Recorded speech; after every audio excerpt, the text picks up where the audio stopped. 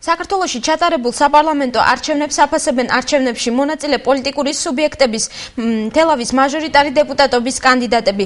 მათი განცხადებით ხელისუფლების მხრიდან, როგორც არჩევნებამდე, ისე არჩევნების შემდეგაც გაყალბებების და ზეწოლების მცდელობის მიუხედავად თელავის ნომერ მე-17 ოლქში მოსახლეობამ საკუთარი ნება გამოხატა და არჩევნები დემოკრატიულად ჩატარდა. არჩევნებში მონაწილე მაჟორიტარობის კანდიდატების თქმით, ქართველმა ხალხმა ყველას დაუმტკიცა, რომ ხელისუფლების შეცვლა შეიძლება თუ იგი ხალხის არჩევნებამდე პრაქტიკულად გააყალბა არჩევნები.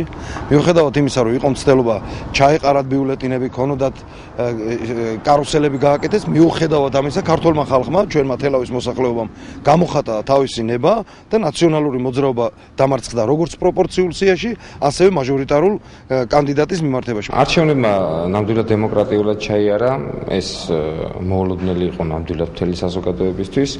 და ყველაზე მთავარი, ყველაზე მნიშვნელოვანი რაც არის ჩემთვის, არის ის, რომ ქართველმა ხალხმა, ჩვენმა საზოგადოებამ ერთხელ და სამუდამოდ დაამტკიცა ყველას, რომ ნებისმიერი ხელისუფლების შეცვლა შეიძლება იმ შემთხვევაში, თუ ის ხელისუფლება არ ემსახურება ხალხის ინტერესებს. ქვეყნის მასშტაბით უამრავ კანონდარღვევას ჰქონდა, ფაქტიურ უამრავ ძალადობას. საბედნიეროდ თელავში ძალიან მცირე რაოდენობით იყო ასეთი შემთხვევა.